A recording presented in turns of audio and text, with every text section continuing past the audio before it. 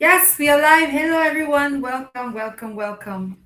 It's so amazing to be back. It has been a long, long time. I have so missed having these sessions. I'm sure for some of you who were usuals at the Wednesday Live, Thursday Live, it's been so long, and I'm so glad to be back. Hope you're excited also to have this session again today. I think it's been over 2 months since we had the usual live sessions, and I just had to jump on this opportunity to come in and share on this topic. You are welcome. If this is your first time tuning in for any one of the live sessions with me, Dr. Jen, I'm so excited to have you here, and I look forward to unraveling, to digging into this topic with you. Let me know where you're tuning in from. Is this your first time being here? Are you a usual? Are you excited to be back? I know I'm excited to be here because I love, love, love, love talking anything, all things purposeful parenting. So anytime I get the opportunity, it is such a joy for me. So you once again, you're welcome to this live session. Please let someone else know if you're coming in from any of our platforms, whether you're coming in from the purposeful parenting open platforms or the prayer forum or any course forum. Please just let someone else know that we are already live. We had some difficulties coming on, but hey, we are here now. So once again, welcome. And I know that if you are tuning in today, it's either because maybe you have a child who is making that transition from the primary to the secondary level, or you know someone who is, or you're a purposeful parent and you just love adding knowledge, right?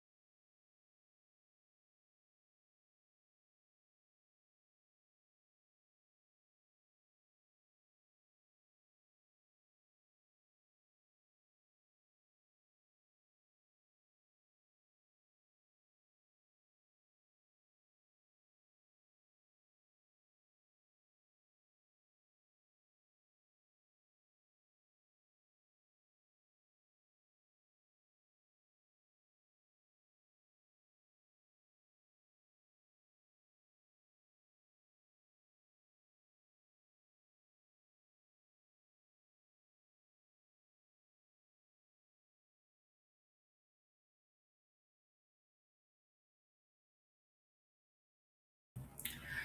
I often say that working online here in Cameroon is not for the faint-hearted, right? So we had a small hitch and we got that sorted. So we're going to jump right into it. We're going to be talking today about navigating the transition from primary to secondary school. This is a huge deal. It's a big deal, right? And many times we just, we are so excited when our kids make it in their exams, when they have their common entrance, their first school leaving. Oh, you're such a big boy now. The kids are excited, to now join the bigger kids. Because when you're in primary school, you look at the other kids as the bigger kids, right? And there's all this excitement that sometimes parents don't really sit down to ask themselves, what do I really need to be doing in order to prepare my child for this transition? Because it just seems like they're just moving from one block of the school building or of the school to another block or from one school to the next or from one level to the next. Meanwhile, there is a huge jump that is actually taking place when your child moves from one level, from the primary to the secondary level to be precise. And there is a lot that we have to do as parents to prepare these children to help them thrive, right? And I mentioned in my introduction note that the preparation that you actually do for your child when they are making this transition actually lays the foundation upon which they will thrive for the years to come in the secondary level, particularly for those who are going to be taking on the boarding school um, section, right? Because boarding school is not, a section that you just decide based on, everybody's going there, everybody, I can send you there. There's a lot that you have to consider especially in terms of preparation. These kids need a lot more in terms of preparation. When you're going to send your child to the boarding school section, you have to consider a lot more things. So once again, thank you for showing up intentionally on a Saturday evening, right? I know that for most people, this is an evening where maybe you're just chilling from the hustle and bustle of the day, attending social events and all of that. But I also thought that it was, probably a great time.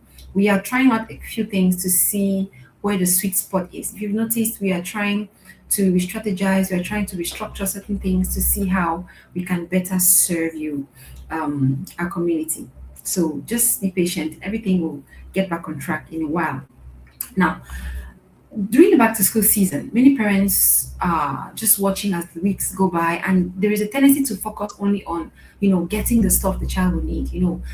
Of course, that there is a whole new financial burden that comes on when your child is making the transition, because primary to secondary also entails a bigger financial engagement compared to the primary level. Usually, there is a jump as well in terms of how much you're spending financially to get your child to move from one level to the next. So we should usually get carried away with this, the expenditure, the responsibilities we have, trying to choose the school, trying to get the child accepted into the school. I know now things are a bit different because kids actually do their entrance exams quite early on. But sometimes we get carried away with all of these things that we forget the relevant stuff. We forget to prepare them in the ways that really matter as far as, getting them ready to take on this new season of their lives. So again, let me know where you're joining in from. It's always a joy to hear from you, particularly if you're usual. If this is your first time, let me know in the comments. If you have a question, you can always ask in the comment section. We always make our time to take questions, because one of the reasons why we do this is to ensure that you are equipped. So as the knowledge is coming at you, do yourself due diligence to, make sure that it is tailored to suit your needs by asking a question. Asking questions helps you be able to transcribe whatever it is that you've picked up for your own situation. So don't hesitate if something is not clear, or if you are really curious about some aspect that maybe we have touched on or not touched on that might pertain to you. So if you're watching this because your child is about to go to secondary school or not, right?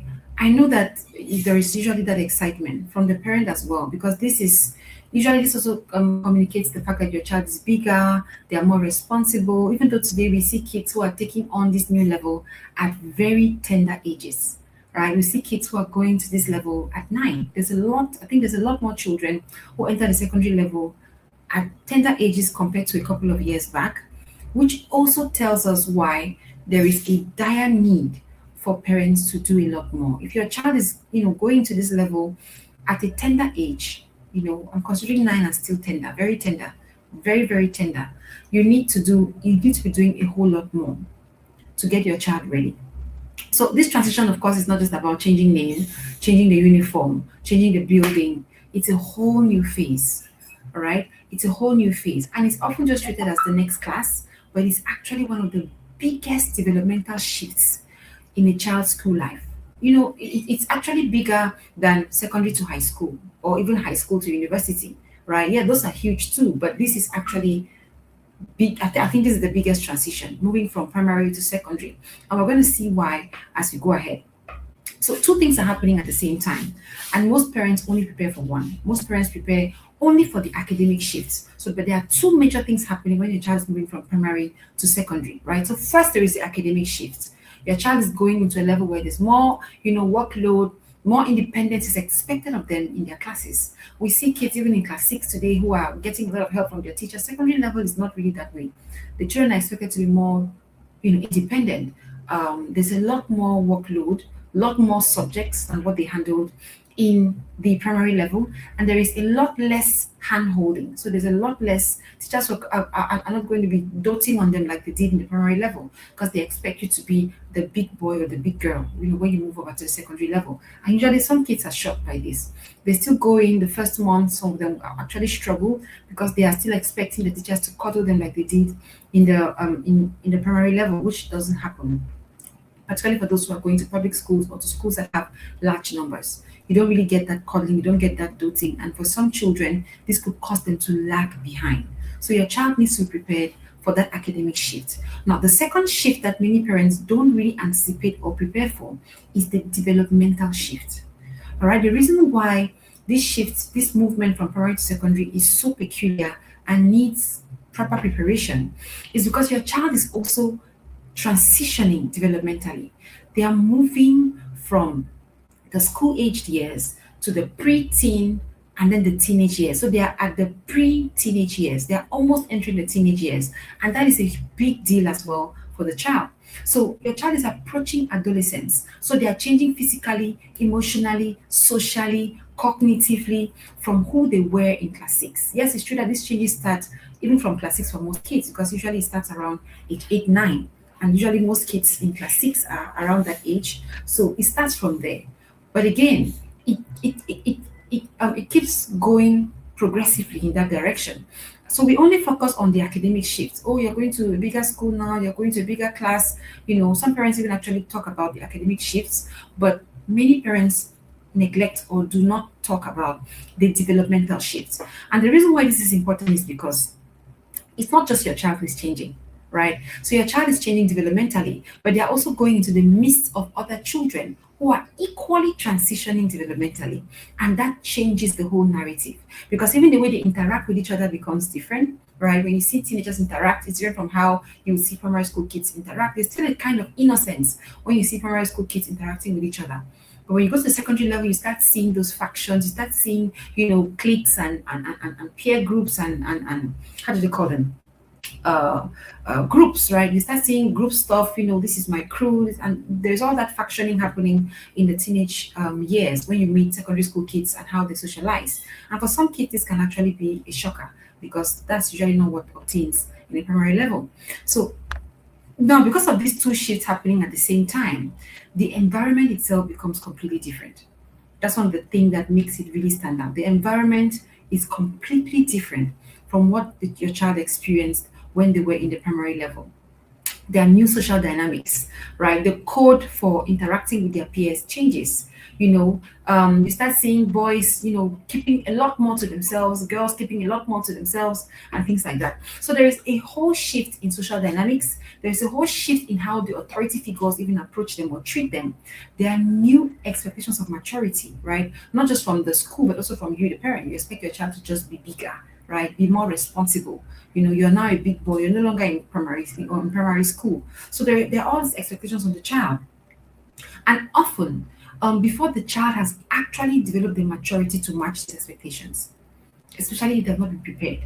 So everybody expects you to just be bigger, but in some cases, very little is done to prepare the child so that their maturity can match the expectations, and that's why some of them begin to struggle.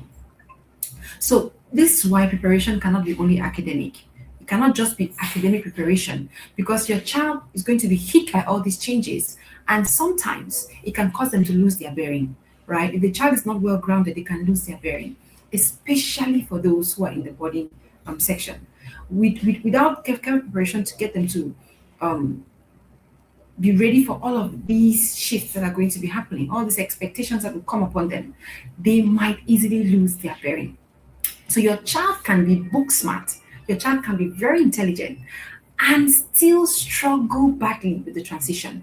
I have so many parents reach out to me to tell me stories about their kids. Oh, my child was the best in his class. My child was doing so well in primary school. When he got to secondary school, from Form 1 to Form 3, the child is still struggling, and I just cannot understand it.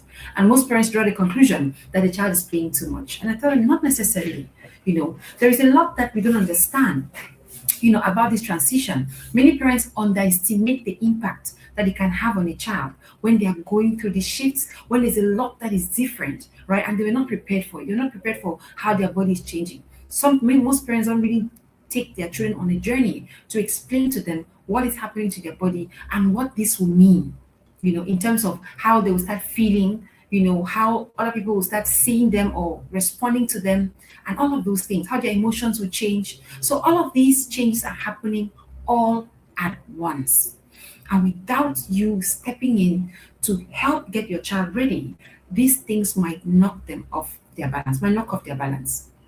All right. That's why you have a handful of kids who would go to secondary school from primary school and just get lost in the crowd. and begin to struggle, and begin to drag or begin to, they actually fall down.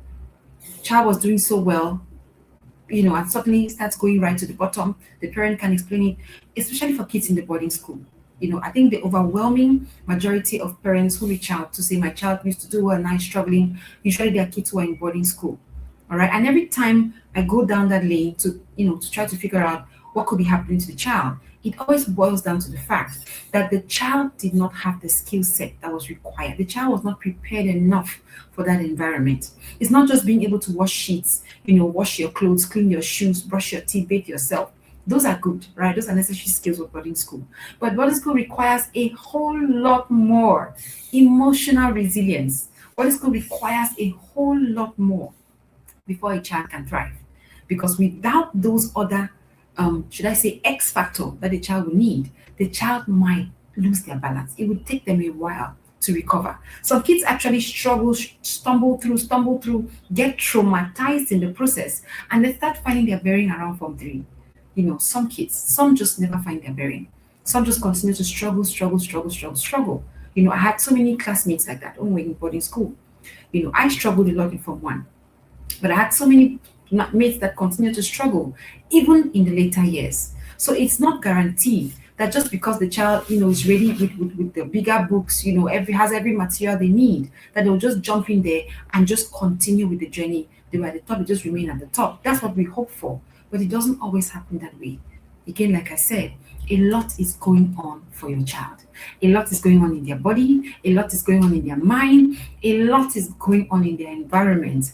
And when they are not prepared, this knocks them off guard. All right? This is going to throw them off guard. So your child has to be prepared on 4 levels. And we're going to talk about that in a minute. There are 4 levels that you have to prepare your child for this transition. You have mental preparation, right? Just helping the child understand what happens in this place. What are the things that are going to change? Having conversations about it. Don't just assume your child has never been there. Even if they had a sibling who was there, it's not the same as them going there themselves. Sometimes we say, oh, don't worry, you have your brother there, they'll take care of you. But it's important to have those conversations to help the child be able to have expectations that are realistic about where they are going to. Because sometimes when you start asking questions, see that their heads are in the cloud, they don't really know what happens there. They don't really know what to expect. And that's one of the reasons why some will start to struggle. Those are holes in the foundation. So you have mental preparation, psychological preparation, spiritual preparation. Those who are on the prayer platform know what I'm talking about, right? And there's also the social preparation. Like I said earlier, the social dynamics shift big time. The social dynamics shift big time. This is one area where I wish I was prepared for when I got to boarding school. Social dynamics are so different in the secondary level. So different. The rules of the game it will shock you, right? And even to the very end, you're still trying to figure out a whole lot of things. And it will help, to just have a guide who can give you pointers, teach you how to navigate certain things, bullying, teach you how to navigate teasing. That's another huge one that kids encounter at the secondary level. Because with teenagers, you have to really be tough skinned, because there's a lot of teasing that goes on, in most of these settings when you have teenagers coming together as a group. So your child has to prepare, because some kids go in there, they start getting teased by their peers, and it just bruises their self-esteem so badly that the child just shrinks into their shell, particularly for the introverts. So your child has to prepare. How do they tackle these things when they encounter them? And you also have to realize that the transition will get shaky if your child does not have these 4 things set in their foundation, right? If they're not ready psychologically, mentally, socially. We've talked about, of course, academically, you're buying all the books they need, right? They are ready to meet more subjects. But then these other things are the extra stuff, it's the X factor that can really help your child do really well when they make that transition, right? They enter there like the actual big boy or the actual big girl and be able to navigate successfully without experiencing or going through certain things that will traumatize them and leave scars. So now, mentally, right? What do you think? I know I'm talking to parents who obviously did the secondary level, right?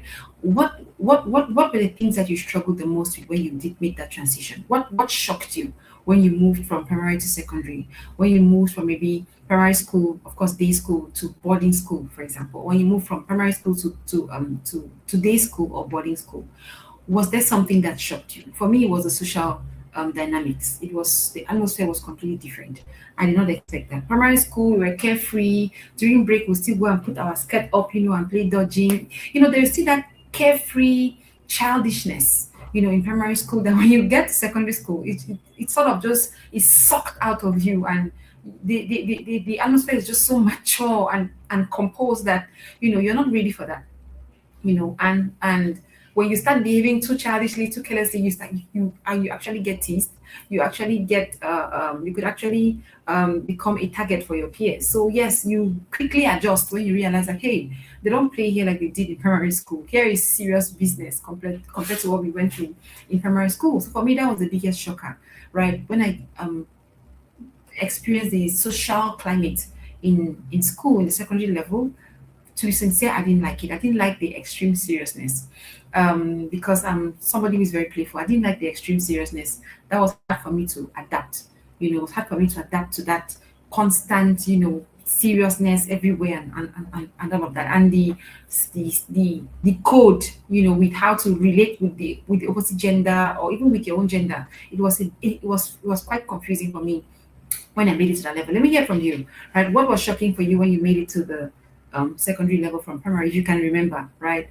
What traumatized you in case you went through some kind of trauma? Teasing for me was traumatizing because there's a lot of teasing.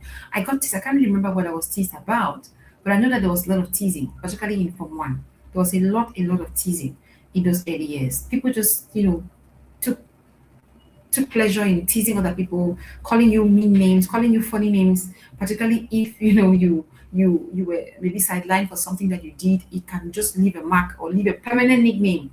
There are people who have nicknames that they pick up in Form 1 that stays with them till they get to adulthood. My husband always shares some stories of his peers, some of his peers that still have the same nicknames they picked up in Form 1. They still call them those things now as they are adults. They are in their 40s and they're still calling each other those names. So yes, some of those things really do stick. And sometimes the child just eventually just lets go, not because they like it, but because anyway, what am I going to do about it, right? But a prepared child is a child who is equipped to thrive. A child who enters this space prepared for these things. A child who enters this space having a strategy. I encountered a 13-year-old young girl, I think 12 or 13, and during the session she came to see me for something else. Her mother brought her to me for something else. But in the course of the session, I could tell that there was something else weighing on her. So when I asked her, what's the matter? How are things at school? She told me that she doesn't enjoy it. She wasn't having a good time. She hated going there every day. And I asked her why. And she said, because she was being teased. She was being teased for her weight. She was being teased for her size.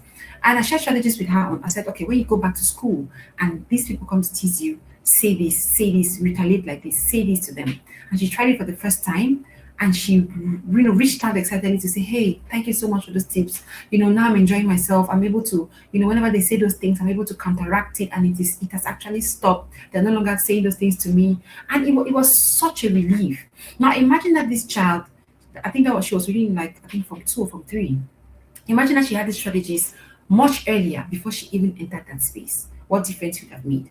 Right? That she's not shocked that those things happen, but she also has a strategy to help her address people like that who just, will just come to hurt you for no reason. So mentally, preparing your child entails equipping them with the readiness to handle the heavier academic load. I think that's the core of it, right? Mental preparation. Even though your child gets brain fatigue, they have to be ready with a strategy, right? Including how to study. Now, one thing I experienced in Form 1 when I transitioned to secondary school was that I was always at the top. I came from primary school being constantly top 2 from as early as I can remember, class 1 right up to class 6. I got to Form 1. And in the first term, I was almost in bottom 10. That just shows you exactly what I said at the very beginning of the session, that there are kids who are very bright in primary school that get to secondary school and they just get lost. Why? Because there is a lot going on, particularly for boarding school. Because boarding school, let me tell you, like a brilliant child might struggle in boarding school academically. Boarding school is not just, go to class, sit down and read your books, right?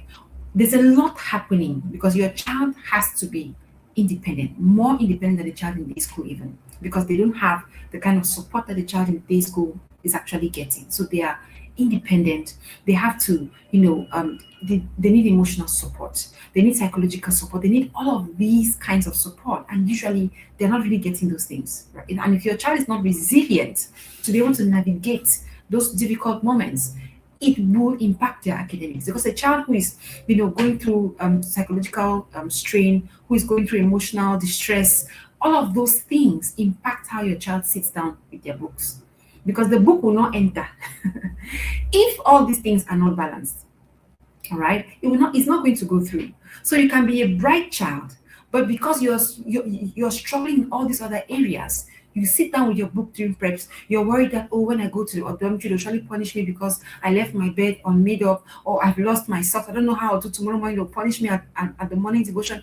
The child is there at prep time, worried about all these things and not able to focus on their book work. So there's a lot of all of these things that impact how the child is learning. So if your child gets to that space and does not have the skills they need to thrive, it will impact their academics. That's why skill building is the number one preparation for kids who are going to navigate the boarding school space. For all kids, but especially for those who are going to need a higher level of independence to navigate, which is the boarding school setting. All right. So mentally, your child needs to be ready to handle the heavy academic load that comes at the secondary level, more subjects, and also independence with their study habits. All right. Ain't nobody going to be reminding your teachers, cutting you slack because you didn't do homework. In secondary school, they are not that lenient, so there's a lot more expected of them. Your child needs to be ready for that. Now, psychologically, your child needs emotional resilience. Now, I'm just talking across the board. We'll look at day school and boarding school shortly. Now, across the board, psychologically, your child will need emotional resilience. Now, the reason why many children struggle to cope, particularly for those in the boarding school, but day school as well, right? Because like I said, the environment is different, the dynamics are different socially. There's a lot of teasing, lots of bullying, lots of other things that are happening. Your child needs to be emotionally resilient to be able to navigate all of these complexities. All right, the name calling, the teasing, maybe the bullying, all those other things, the toughness of their teachers, people not cutting them slack, maybe getting yelled at when they make mistakes and things like that. Is your child emotionally resilient to handle those things? And preparing your child emotionally entails teaching your child how to navigate their emotions, how to manage their emotions, particularly the negative emotions, because if not, they're going to get in the way. So let's talk about the child going to the boarding school setting. All right, your child is going through emotional distress. Maybe they've had an altercation with a classmate, or they've had a falling out with the senior student, or they're being targeted by someone else, they're being teased. At home, your child could come home in a safe space and say, oh mom, this was happening at school, and could get some comfort. But in boarding school, that is really not available, right? Yes, some kids have bigs which will take care of them, but that's not available most of the time. The big is not an assistant parent per se. So there is a limit to how much they can actually do. So your child needs to be able to learn how to manage those emotions by themselves. What do they do when they are excessively upset, when they are really upset, when they are sad, when they are frustrated? How are they managing all of these emotions? What is the dose of their self-esteem? How healthy is their self-esteem? Because self-esteem will also impact how much or how vulnerable they are to the influence of their peers. Because when you send your child to secondary school, you are sending your child into an environment where they are very much concerned about what their peers think about them. Right? That is the age of peer influence. That is the age where children become so conscious of what their peers think, what their peers are doing, what their peers will. That's why your child will say, Mama, will go to school, please don't hold my hand. Or Mama, will go to school, please don't embrace me. Mama, will go to school, please don't do this, because they are concerned. And of course, they don't want you doing those things because they are going to become the object of teasing by their peers. Say, oh, look at mommy's boy. And kids don't like that. They don't want that. So they'll tell you, they will give you the code. They say, Mom, when we go there, please don't do like this. Don't do like that. Daddy, please don't do this. They will try to tell you, please respect my space, respect my boundaries, because if not, you're going to make me an object of teasing. So your child needs to be able to have a healthy dose of self-esteem. If not, they become excessively vulnerable to the influence of their peers. They have to be able to handle correction and criticism, including failure. How to navigate failure. Is your child able to navigate failure? Have conversations, right? What happens when your child fails? Most parents don't prepare their children for failure because we only think and we only demand success. But failure is a reality of life, all right? It's a reality. Scripture says, sometimes the righteous man fall, but he will arise. It's a reality of life. They are going to fail at some point. They're going to fail at something. And you have to teach your child at those moments how to navigate. What do you do with failure? If you don't teach your child what to do with failure, then failure might undo them, particularly for the kids who were at the top. All right? It's something that you have to have a conversation with your kids about. Because for children who were at the top, who were used to maybe getting attention for their performance, who were always at the very top of the class, they begin to think that their intelligence is reflected by the score that they get. To the point where if they begin to struggle at the subject, if they're not able to do as well as they used to, they begin to doubt themselves. They see failure as defeat instead of a lesson to learn and grow from. These are conversations that you have to have with your child. What failure is and redefine it for them and help them. What do you do when you fail? What happens when you fail? You lose a match, you fail in a test, you fail at something. What do you do? How do you recover from that? That is also going to be a secret ingredient that can help your child thrive. Teachers will criticize them. There's some kids who just cannot take correction. And guess what? At this stage of your child's growth and development, they are also navigating a stage where they are going to be experiencing many emotional storms. So, yes, the criticism may have even washed up their back in the primary level, but at this level, they are now also dealing with changes in their body that makes them very emotional. So, your child needs to be able to prepare that they are going to possibly get criticism from their teachers, from their peers, and they have to be able to handle it gracefully. Right? And coping with change. Secondary school is a ground where lots of changes happen. First, with their own bodies. That's always a starting point. Also, their peers. Their peers are going to change. You might not have the same friends. You might even struggle with making friends. You might struggle, with being able to fit in, being able to find your own niche, find your own place where you belong. All of those things are changes that can actually knock a child off balance. Of course, it's spiritual preparation as well. Grounding your child in values and identity that will not be shaken by peer influences. Prayer is indispensable. No matter whatever thing you're doing to prepare your child, you have to also take time to, prepare your child spiritually through prayers because that is a great foundation. I always tell parents that prayer is about, extending beyond your limitation because as a human you're limited. You can never go to the school premises with your child. You can't sit with them in class. You can't be there to fend off those who are teasing them. You can't be there to pick them when they fall all the time. They have to be able to go on their own because at this level it's more about independence. So prayer goes where you cannot go. That's exactly what it does. That's why it is another X factor that you must put into the mix. And then the social preparation, which is I'm rushing to try to get to the day school body school part, which is really what I want to talk about today. All right. Socially, your child would need to navigate new friend groups. If there is one conversation that can literally not just save your child, it should be about the kind of friends they make and how to make the right friends. I think that is a super duper important conversation. How to make the right friends because there are so many kids who lose their way in the secondary school because of the company they keep, because of the friendship circles that they get lost in. They go and get stuck in the wrong crowd and begin to go in the wrong direction. So just because someone, is fond of you doesn't mean they can be your friend. Not everyone can be your friend. Those are things you must tell your child. Not everyone can be your friend. All of them are your classmates. All of them are your schoolmates. But not every one of them can be your friend. All right? And friendship must always be on the basis of shared values and not just shared laughter.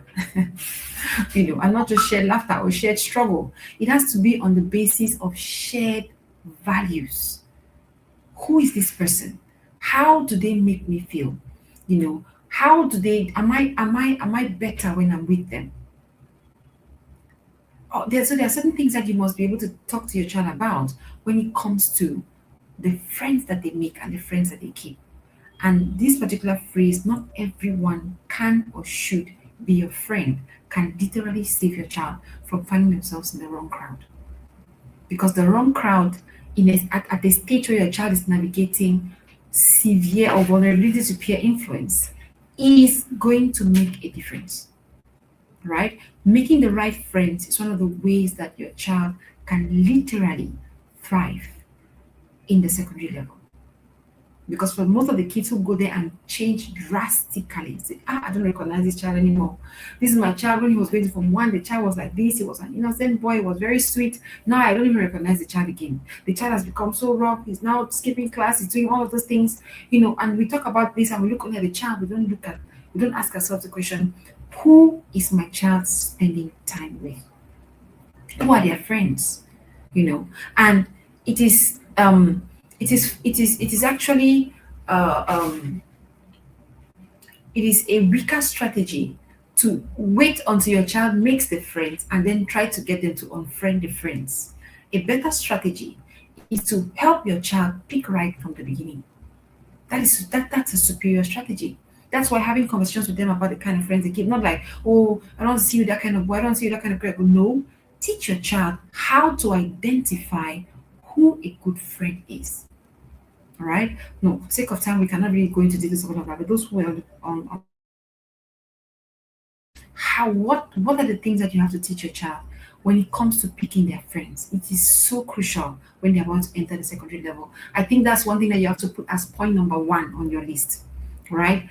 How to pick their friends. Because the chances are that the friends they had in primary level might not follow them. There's some kids who go to a school and they're the only one from their school who are in that school. That means your child will need to start from scratch with finding and making new friends. And that's why it is one of the skills that you must work on. All right. Work on your child's social skills. And not just about whether they pick the right friend, but also how to prepare themselves to be a good friend. So it's not just one way. We usually focus on, oh, do you have good friends? Is your two-way street. So yes, teach your child about how to pick good friends, but also teach your child how to be a good friend. That will also make a difference. All right. That will make it because sometimes your child is the problem, not the other person. Your child might be the problem, not the other person. So usually every parent focus like, oh, my child, this other child is bad, influencing my child poorly. Your child might be the problem. So have you had the conversation about what does being a good friend look like? What does it sound like? What does it mean to be a good friend? There are many parents who don't even know what that means because there are many parents who also struggle socially. That's why learning is so important. All right, learning is so important because whenever we teach on this whole friendship skills course, many parents come back to say, wow, I never even knew these things for myself, because there are some things that you were not taught. We just think that friendship is when you have fun with someone, you like the person likes you, you go enjoy each other's company. That is the entry point. That's entry point. All right, but for it to be a grounded relationship, there are certain things that must be in place. So understanding the dynamics, you can't teach what you don't first of all grasp yourself. Right? Understanding what does good friendship entail? What does it entail? What does it mean to be a good friend? Teach your child that, because when your child knows how to be a good friend, they will also easily identify when someone is not being a good friend to them. Because true friendship has to be reciprocal. If it's only one way, I'm only the one putting in all the efforts, then that is not a friendship to start with. It has to be reciprocal. So I want to go deeper into the four areas that I believe every parent must think through before resumption. All right. And these are the peculiarities of the transition itself.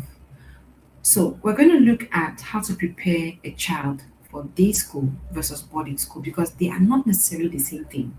So they are both secondary level, but they are distinctly different. They are not the same thing.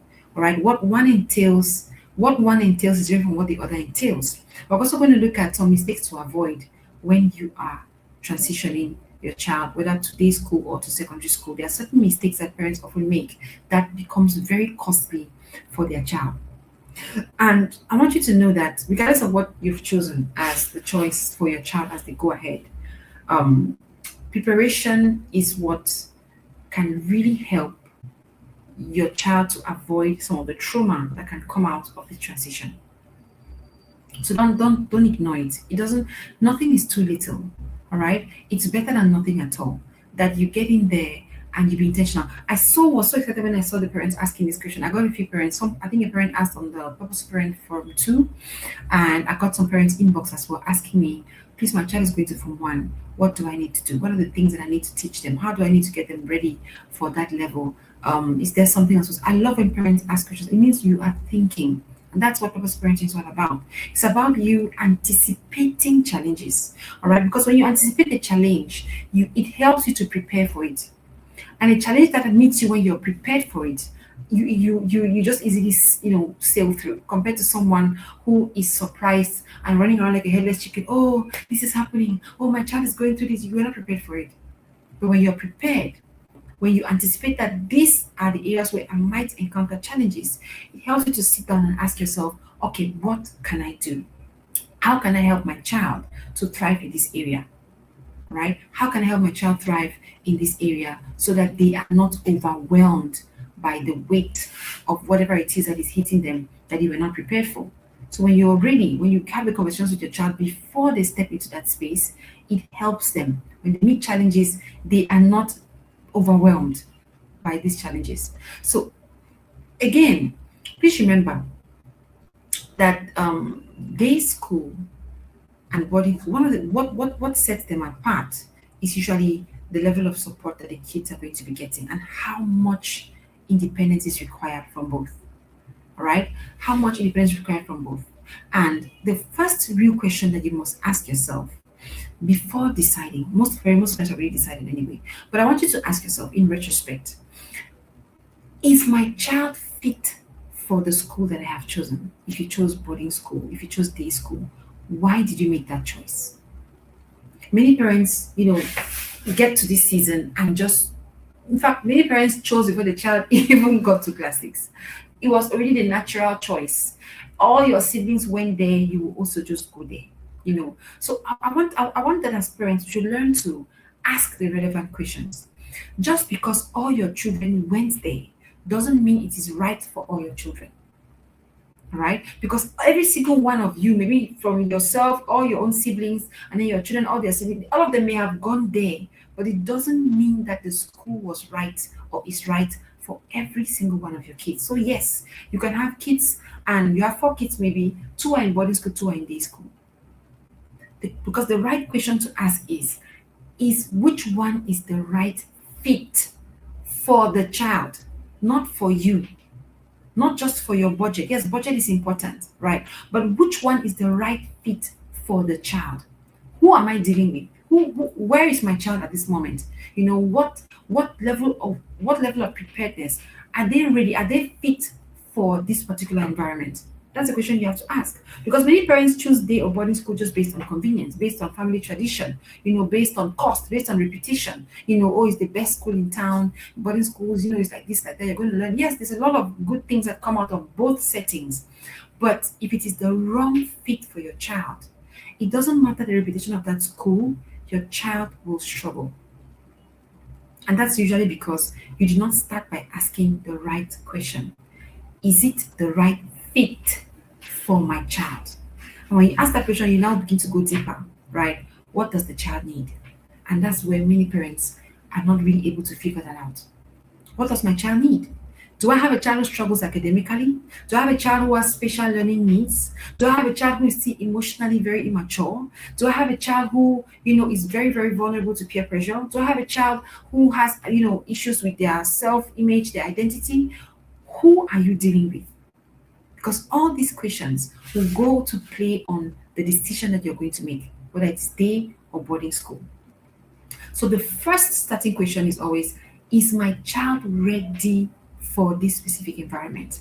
And again, boarding school is more than just teaching the child how to wash their sheets, how to fold their sheets, how to clean their socks, clean their shoes, because that's usually what many parents spend this time doing. They're just praying. Oh, you see, you cannot even wash the sheet very well. I don't know what you go and do in school. Can you wash this? Clean that. Yeah, these are things. It's good. You're preparing the child for the physical challenge they're going to encounter. All right. But mind you, that is not all. That is not all. Because boarding school removes the daily safety net that your child gets to have every day when they were at home. That safety net is no longer there. All right? It's no longer there. They are going to need to learn how to comfort themselves. They're going to need to learn how to lead themselves. They're going to need to learn, how to navigate peer pressure, how to make choices without you constantly weighing in. They're going to need to learn how to do all of those things without, and if the child isn't ready, the gaps begin to show. That's why you see a child coming from a very sound home. If I tell you stories about my boarding school experience, there were some kids who really had it tough. I remember the youngest, the smallest we had in our batch was 8 years old. I don't want to call the name here. I still remember her name vividly. I remember how tiny she was. This girl went through hell. When I look back and I look at how she used to be, every morning so that she comes to morning devotion line, her uniform is dripping wet from head to toe. Yeah, most of us also went through those things, but for her it was something that dragged on for much longer. And you might say, oh, it happens to me, but I survived it. But the thing is, you don't just survive such trauma without a scar. All right? When it gets to the point where the child is literally fighting for their life, the problem is that it leaves a scar. And scar, when you have a scar, it doesn't leave that place the same. So it changes you in ways that most people don't even realize that this is where this struggle is coming from. It dents your self-esteem in a way that, it takes a lot for you to recover from. So when you start with with that first question, it helps you look beyond your convenience, beyond just, can I afford it or can I not afford it? Everybody went there. It's my alma mater. I am a Shisan, I'm a Hesan, I'm a Lessan, I'm a Kisan. I don't know all the sans. It moves you beyond those things to actually look at the child that you have in front of you. Right? What does this child need? And which environment will be the right fit for their needs? That's the ultimate question. Right? That's the ultimate question, because the child is not ready, the gaps begin to show and the struggles begin. And some children never recover from those struggles. They continue to struggle and it leaves severe scars on them. So these are the questions I want you to ask yourself. How does my child handle being away from me for extended periods?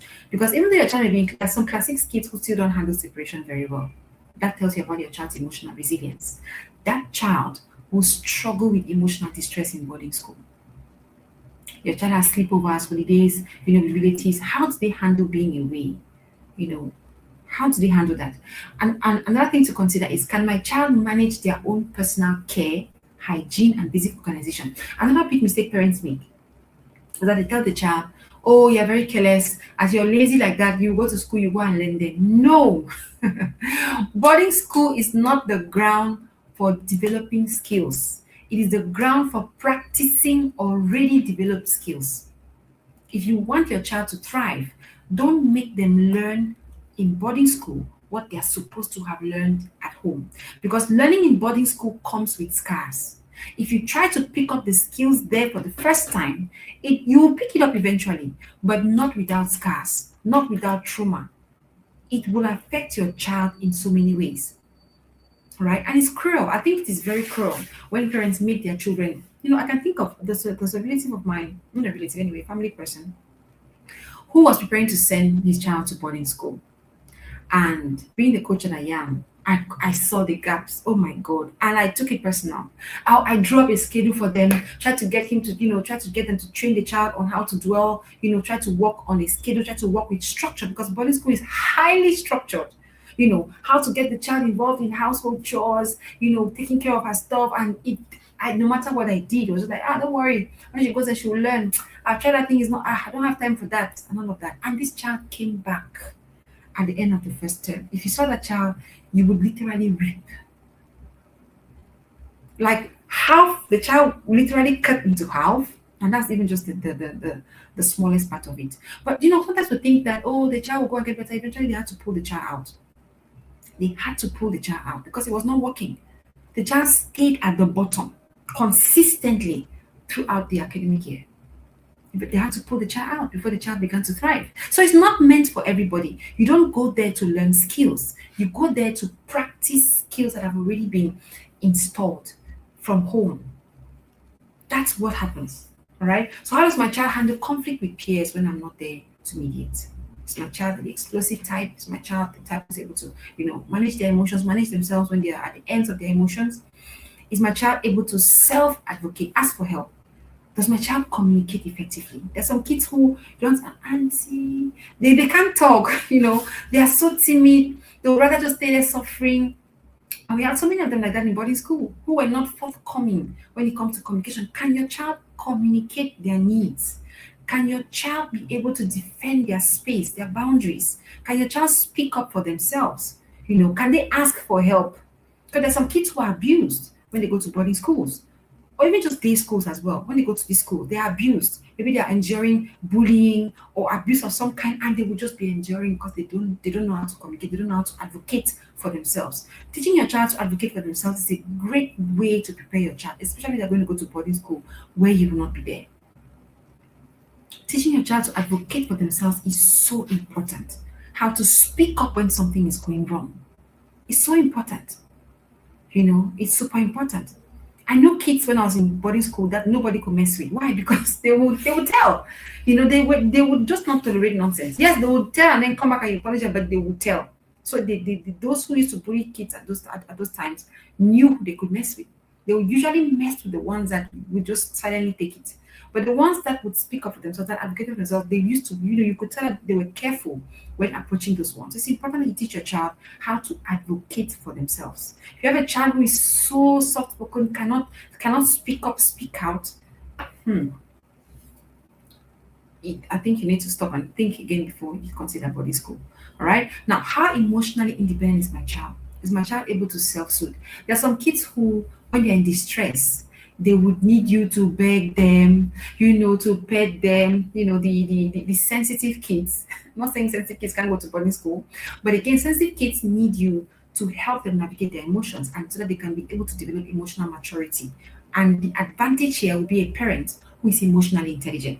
Because the emotionally unintelligent parent cannot just help themselves for talking of helping their child. But emotional independence is also important.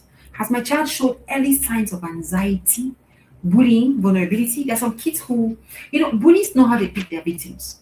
Some kids are just, if the word exists, they're just bullyable. Again, we talk about the child who cannot advocate for themselves, who cannot firmly, speak up and say, this is my boundary, don't cross. There are kids like that. And even the soft spoken child can be taught to advocate for themselves in that way. It starts with practice at home. I tell parents that sibling rivalry, sibling fights are a blessing because that is your child's training ground. That's where your child learns to advocate for themselves, to speak up when something is wrong, to uphold their boundaries when somebody is, crossing or doing something wrong to them. It starts from there. So the home is that training ground where your child practices all of these things. We'll say have a few weeks before the holidays come to an end. If your child is going off to boarding school, these things you've heard me mention, start working on some of them with your child. Teach your child to speak up. Someone is, bullying you or stressing you out or doing something that you don't like. What do you do? Do you stay quiet or do you speak up? And if you're speaking up, what do you say? All right. What do you say in those situations? So boarding school is not a reward for good grades. It's not a reward for financial endowment. It's not a reward for who can afford it and who cannot. It shouldn't be about that. And it should not be a punishment for stubbornness. It should not be a punishment for difficult behavior. It should not be a punishment for that. Sometimes we ship off these children because we are tired of dealing with their wahala. Again, for those who follow me on Facebook, I said, what the mess you fail to deal with at home will get rotten if you send your child away to boarding school. Because those behaviors don't just disappear into thin air. If your child was stealing at home, in boarding school, the stealing will not just naturally, it will not just disappear. It's actually going to fester. It's actually going to multiply. If your child had certain issues at home that you have not dealt with, and you're thinking of sending them to school, they were dirty at home, you say go to school, you're going to get clean. It doesn't work like that. It doesn't work. If your child struggles with personal hygiene, they will most likely still struggle with it in boarding school. But then it's going to now begin to multiply. Because as they are growing, without strategies to really help the child thrive in that area, it only gets worse because it gets swept under the carpet. The child just grows with it like that. We know people who used to steal even up to Form 5. They were still stealing. The stealing did not start in boarding school, it started usually from home. But because it wasn't dealt with, they sent to boarding school so they can come and get finished there. It doesn't come and get finished, it comes and gets worse there. And people's milk and chocolate begins to suffer because your child still has, those issues that have not been dealt with. So the core differences between the two is that in the day school, the child returns home daily. Parents remain the primary influence and safety net. They are easier to monitor, right?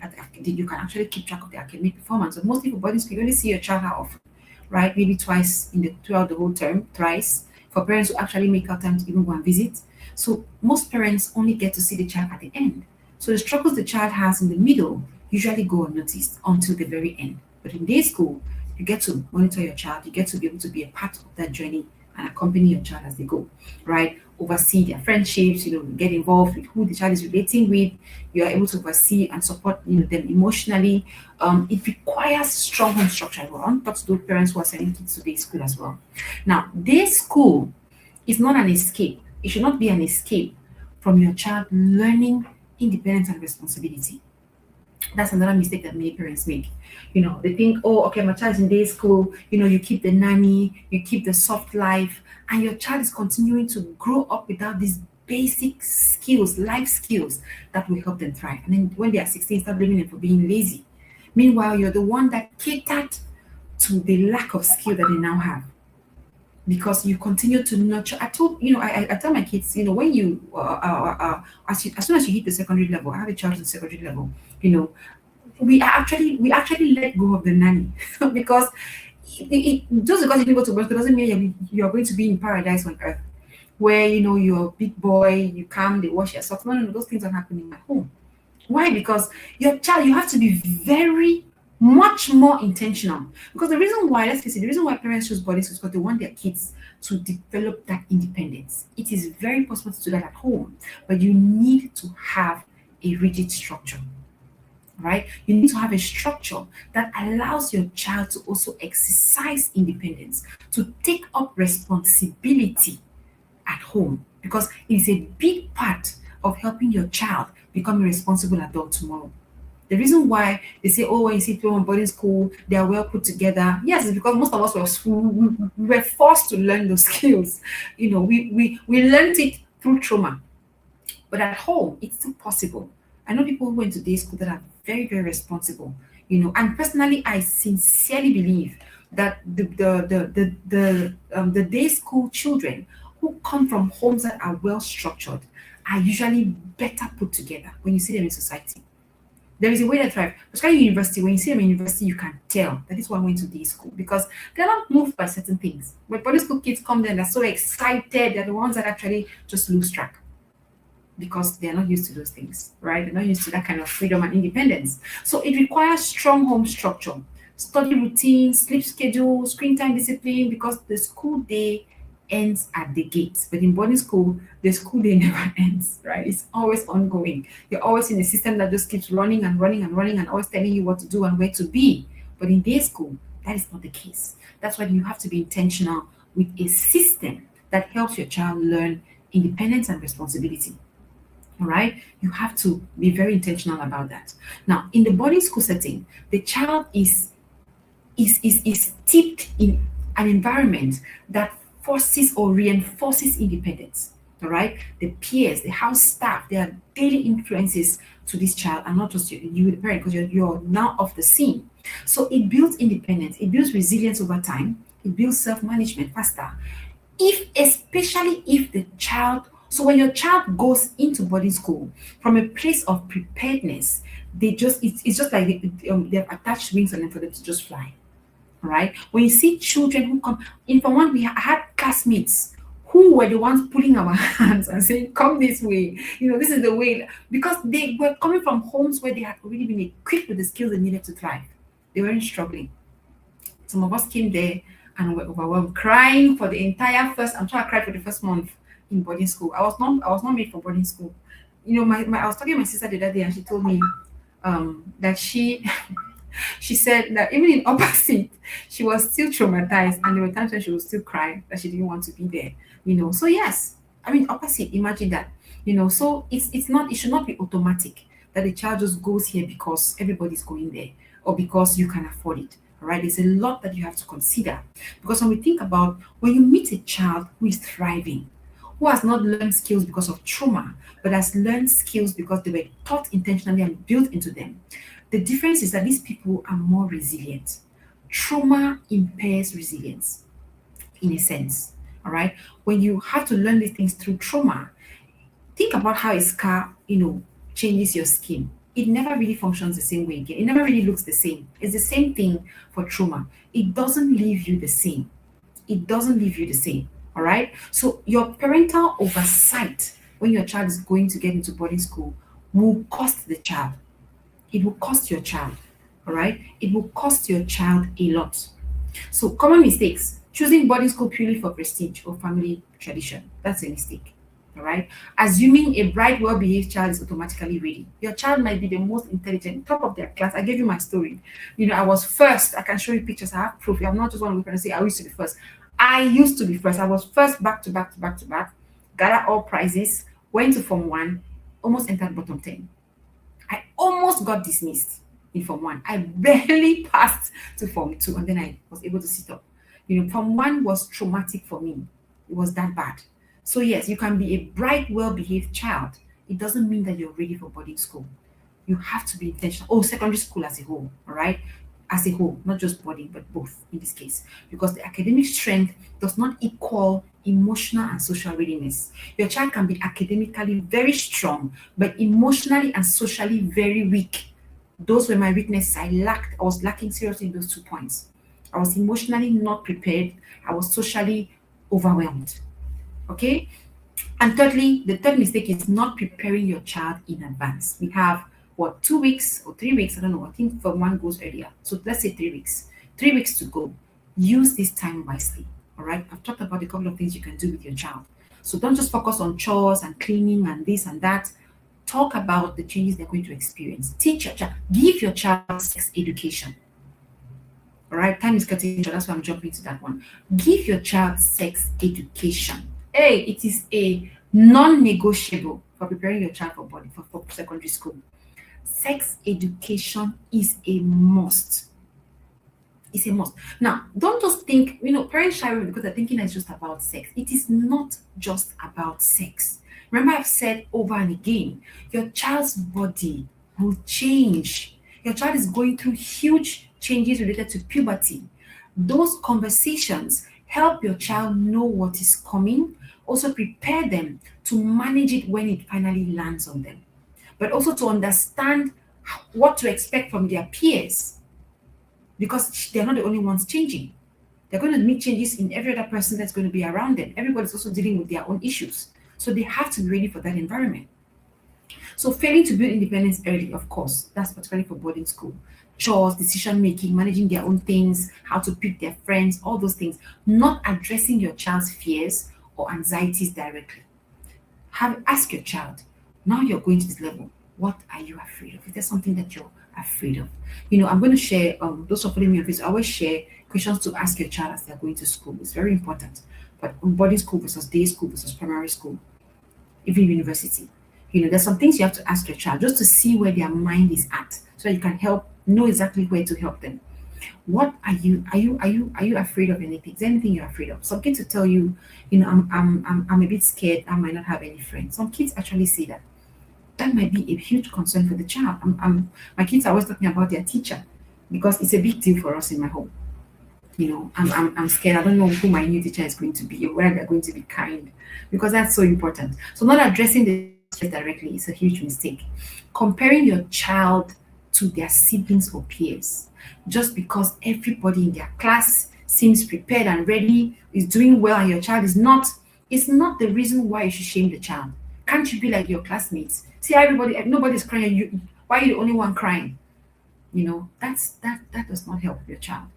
All right, or your child telling you, I don't want this, and you're saying, oh, you must, without really listening to where the child is coming from and trying to help the child settle mentally. Because some kids say, Mom, I don't want to go to boarding school. I don't want to go to day school. So have the conversations with your child to understand where their mind is at. What are their concerns so that you can address them. right? You can address them. And also withdrawing support too abruptly. Now, there's this common practice. If you're here and you're a friend from diaspora, you have a friend in the diaspora, there's a common practice, especially from diaspora parents in diaspora, where they have a child who has been so troublesome.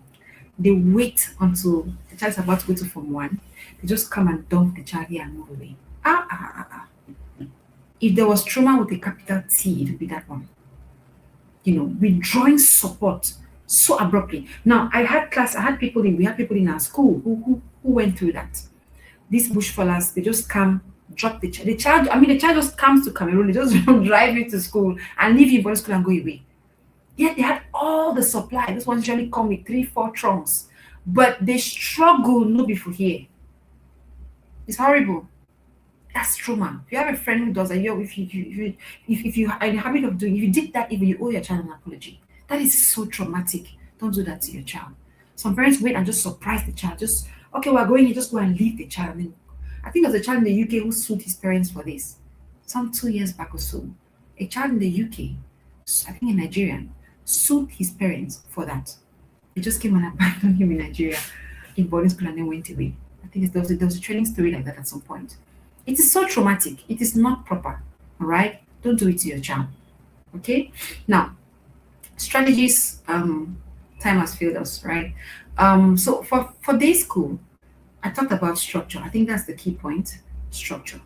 You have to be intentional about preparing your child for navigating that season. Now, in my home already, my child will be going to day school. In my home already, we are already practicing what the school routine will look like. Again, like I mentioned, I don't have a nanny. We let the nanny go because you are not here to lie on a bed of roses. You're here to get ready to be independent. It's going to be like boarding school at home in terms of chores and responsibilities. So we are practicing already how the transitions are going to work. Who does what? Are they able to care for themselves? But this is when we see what they can handle and what they cannot, and where we need to step in and what kind of support they're going to need. It is now that you determine that, not when school starts. Now, right? How much can they handle? Because when secondary school starts, the closing hour actually goes up. I think it goes up to 4 p.m. for most schools. Primary school ends at 3 p.m. Some schools take it up to 5. Well, I don't know. I'm not too versed with what happens these days. So I think it's up to 4. So yeah, that's a big change as well. So how is that change going to impact your regular after school routines? For those who have been doing routines, how does it change that? What would the child be expected to do at school, at home? How are you balancing that? You start practicing it now. So that your child knows that it's not going to be come up from school, dump your socks there, dump your shoes there, and you go and sleep. No, it doesn't work like that.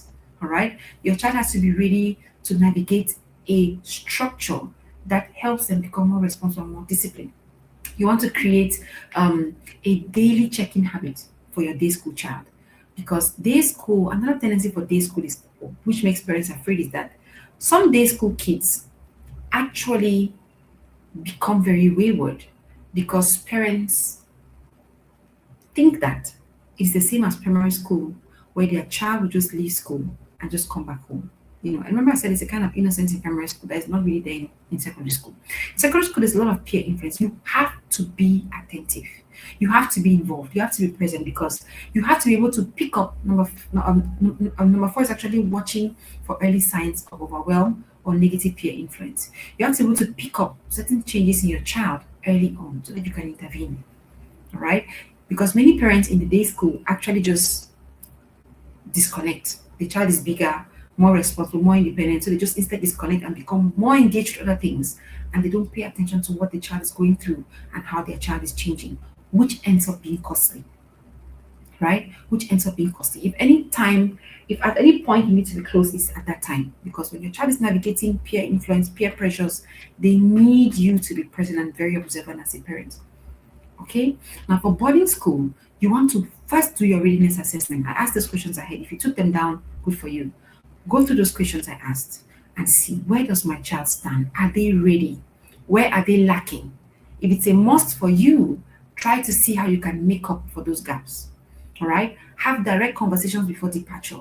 What to expect, who to talk to. Of course, parents always set up the find a teacher that they can go to build a system, try to build a support system for the child in that environment. Don't just go leave your child there and say, oh, you find your way.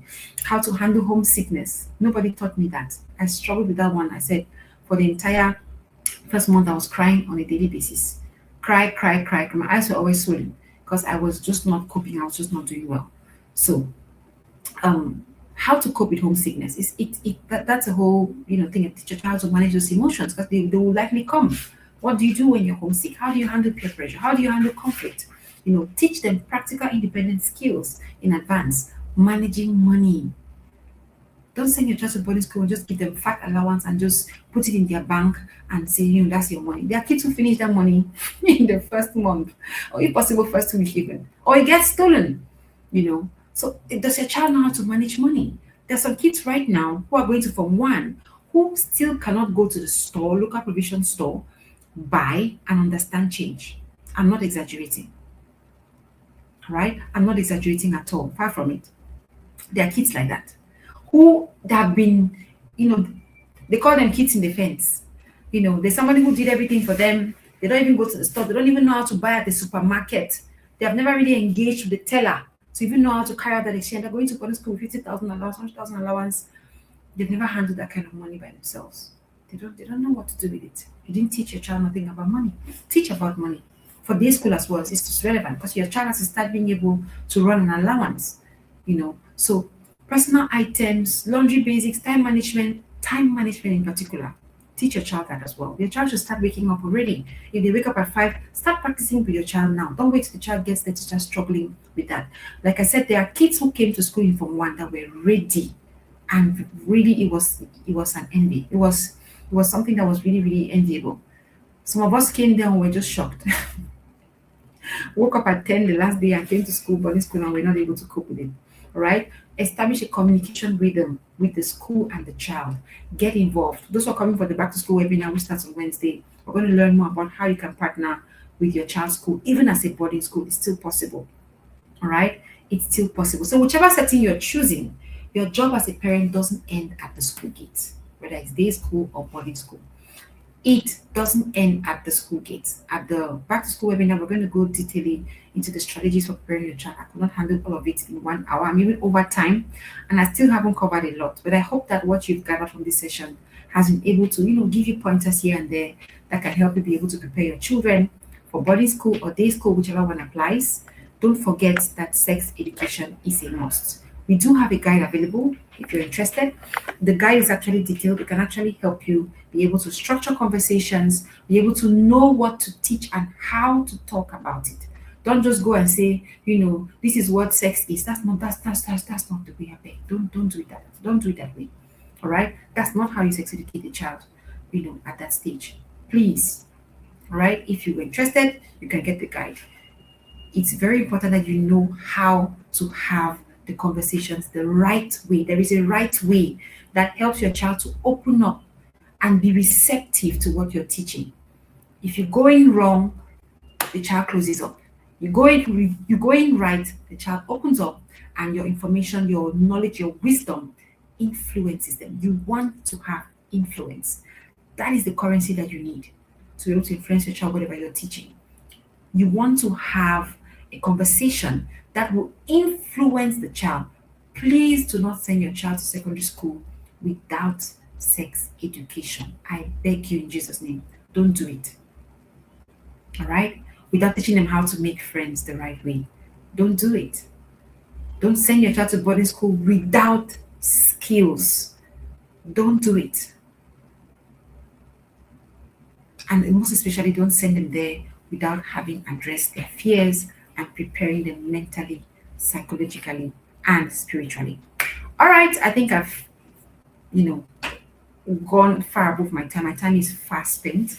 I always, target 1 hour, and I've gone over by 13 minutes. I think I'm going to give 2 minutes for any question. If you have a question, feel free to ask. You can send it inbox if you know how to get to me inbox, or just share it in the comment section in the chat, and I'm going to answer you.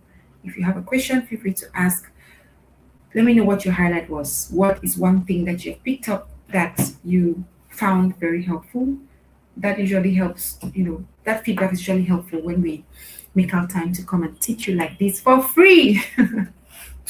I don't give any courses for free, but this one is where you get it free. So please, feedback helps us be able to tailor more. I think the questions the parents who asked this question were the ones that actually engineered this session. I planned something completely different to teach at the first webinar, the first live session. We were planning to restart it this coming week, but I decided to rush this one in because what I have to teach next week is so important. I didn't want to have to double it down because of this one. So I had to come in today, teach this one instead of pushing it to next week when I plan to restart the live session. So thank you for those who asked the question. They have actually jump started the live sessions before time. Please feel free to ask any question you have. If you have no question, then it means that the knowledge has drizzled down successfully, and I hope that you will be able to transition your children, or maybe your nephews, your nieces. Remember my story? I tried to help my nieces, but well, you can only help someone who wants to be helped, right? And my heart really broke when those kids went there and struggled, and I was dying to say, did I not tell you? That phrase. I was dying to say it, but I couldn't say it. But it broke my heart. It broke my heart when I saw that child. That child came back. The trauma, not before here, like I said earlier, not before here. It was horrible. That child went through a lot. Came back worse than I ever did when I went from one. So please, let's not traumatize our children by throwing them in there like that. Your child will thank you for some of the things that you're going to do, for sparing them of the trauma that you endured when you were thrown in there. Most of us were just thrown in there like that. So don't throw your own. Prepare them. They will thank you tomorrow. Right? They will thank you and appreciate you tomorrow.